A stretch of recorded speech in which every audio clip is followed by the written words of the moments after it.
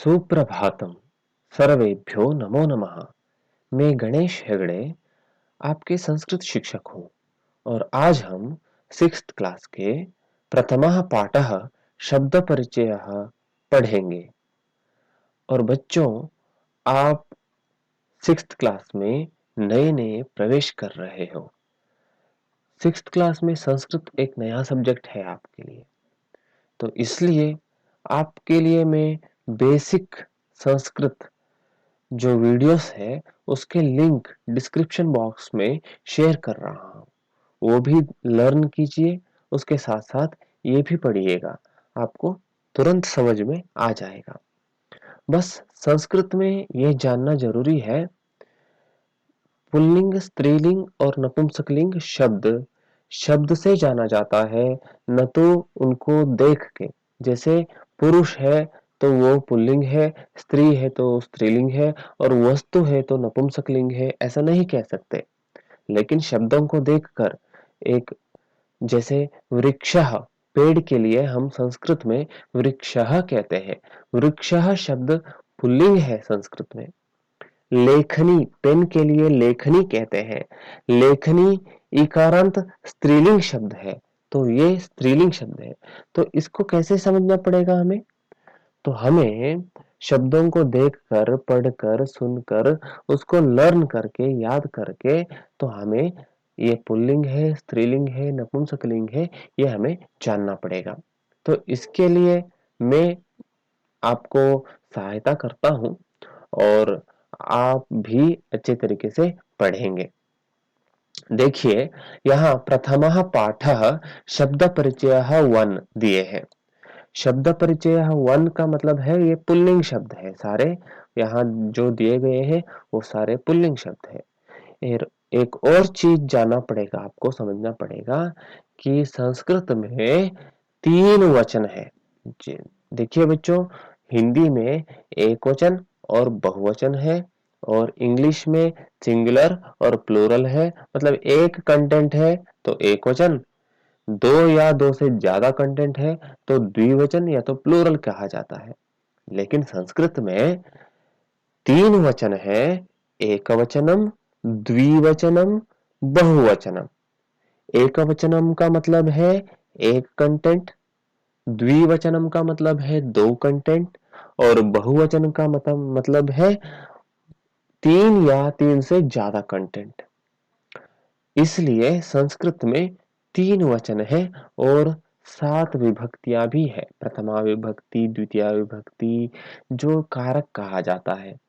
जैसे हिंदी में कर्ता ने कर्म को करण से कहा जाता है, वैसे ही संस्कृत में प्रथमा विभक्ति, द्वितीय विभक्ति, तृतीय विभक्ति करके सप्तमी विभक्ति तक, और एक विशेष करके संबोधना विभक्ति भी शामिल है। तो कुल मिला के 7 विभक्तियां हैं और 3 वचन है। और क्रियापद में 3 पुरुष है, ये तो आप जानते ही हो, प्रथम पुरुष, मध्यम पुरुष और उत्तम पुरुष। ठीक है बच्चों, तो ये सारे बेसिक नॉलेज है, हम पढ़ते पढ़ते वो सारे हमें समझ में आ जाएगा। हम पहले ये पाठ पढ़ना शुरू करेंगे। शब्द परिचय 1 का मतलब मैंने कहा, ये सारे यहाँ जो जिस इस पाठ में दिया गया है वो सारे पुल्लिंग शब्दवाची है, और एकवचन, द्विवचन और बहुवचन भी यहाँ दिया गया है। ठीक है बच्चों, तो जहां यहाँ देखिए चित्र में एक गिलास है, गिलास है। तो ग्लास को संस्कृत में क्या कहेंगे? चषकः। क्या कहेंगे बच्चों? और एक बार रिपीट करिए, चषकः। ठीक है, तो एषः कः, यहाँ प्रश्न है, एषः कः। बच्चों, एषः मतलब है यह। हिंदी में एषः का मतलब है यह। ठीक है बच्चों, यह मतलब जो पास में वस्तु है, कोई व्यक्ति है तो उसको यह कहते हैं, और दूर में है तो वह कहते हैं। सही है ना? तो यह क्या है?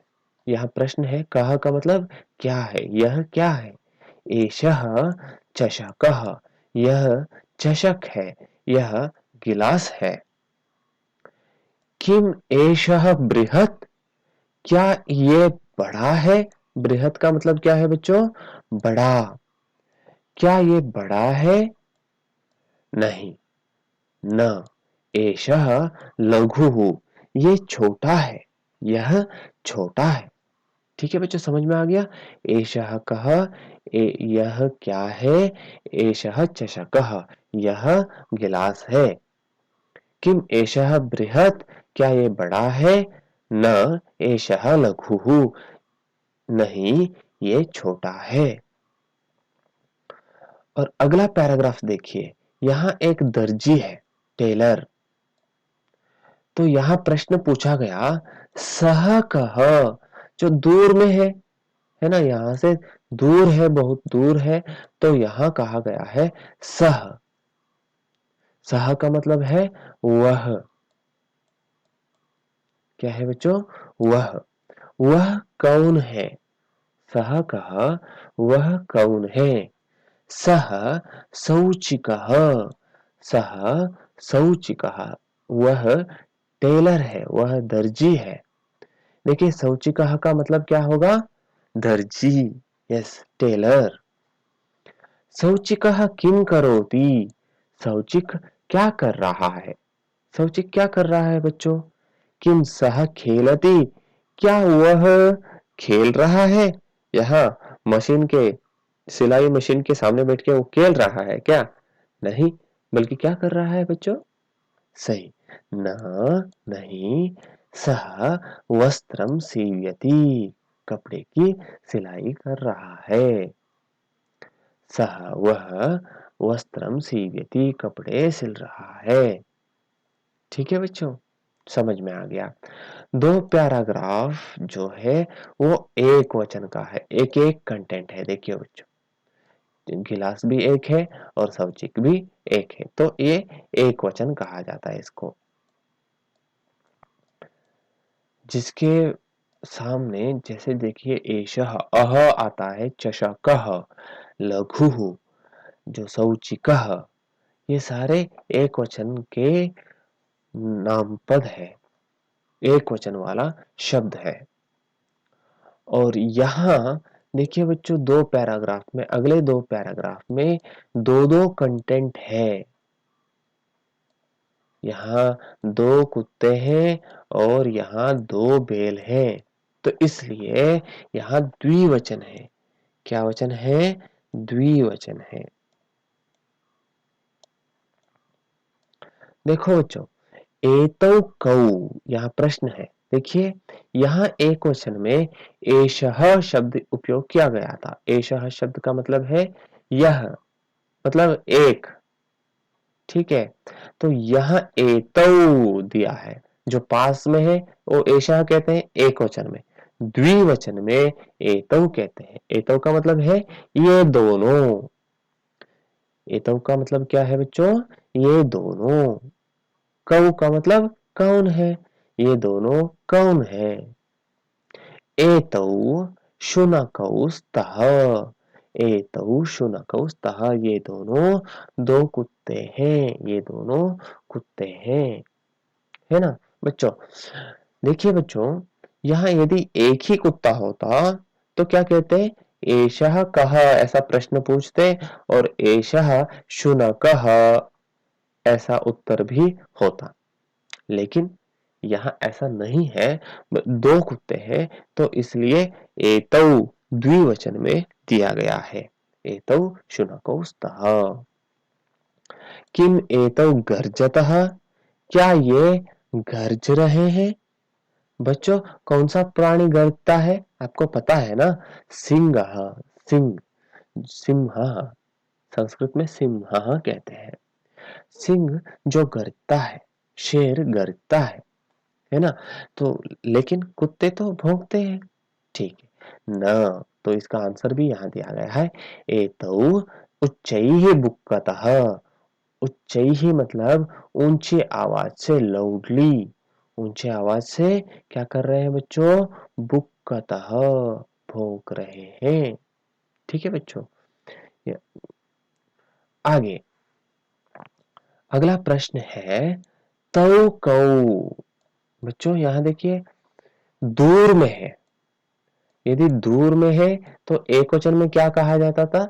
सह कहा जाता था, है ना। लेकिन यहां यदि दूर में है, दो है, तो उसको तौ कहा जाता है। क्या कहा जाता है बच्चों? तौ कहा जाता है। तौ कौन? ये वह दोनों कौन है? तौ का मतलब वह दोनों, एतौ का मतलब यह दोनों। ठीक है, वे दोनों कौन है? तौ बलिवर दौस्तः, दो दो बेल हैं, वे दो बेल हैं। किम तौ धावतः, क्या वे दौड़ रहे हैं? वे दोनों दौड़ रहे हैं। बच्चों ये क्या बेल दौड़ रहे हैं? क्या कर रहे हैं? कृषि कार्य कर रहे हैं। ठीक है, यहाँ भी वही उत्तर है, न तौ, वे दोनों क्षेत्रम कर्षतः, खेती जोत रहे हैं। ठीक है बच्चों, समझ में आ गया? ठीक है, अब द्विवचन एक वचन हो गया, द्विवचन हो गया, और बहुवचन भी हमें देखना है। ठीक है, और ये दो पैराग्राफ में बहुवचन दिया गया है। कितने यहाँ बैग है बच्चों? आपके स्कूल बैग है ये, 1 2 3 4 है। यहाँ कितने बूढ़े हैं?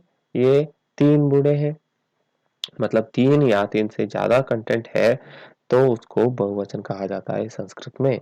यदि 2 है तो द्विवचन, 1 है तो एक वचन, 3 या 3 से ज्यादा है तो वो बहुवचन के लिए लायक होगा।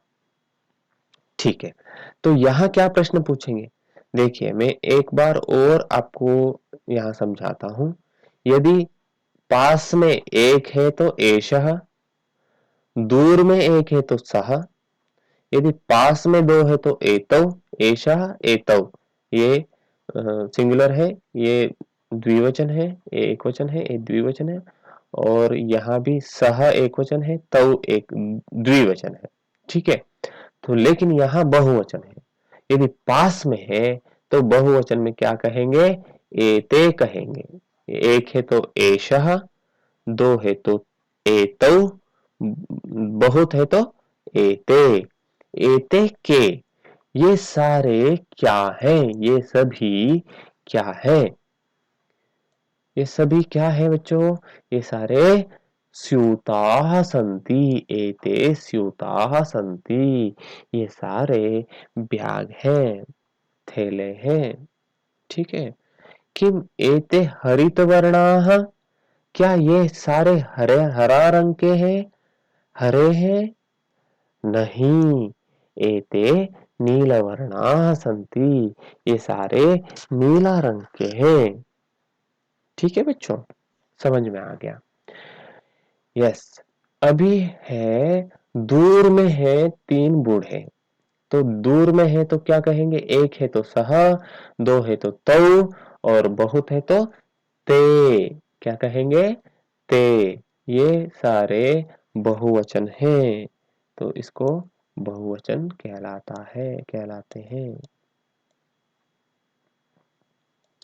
ये बहुवचन है। ते के, ते के मतलब वे कौन है? वे कौन है?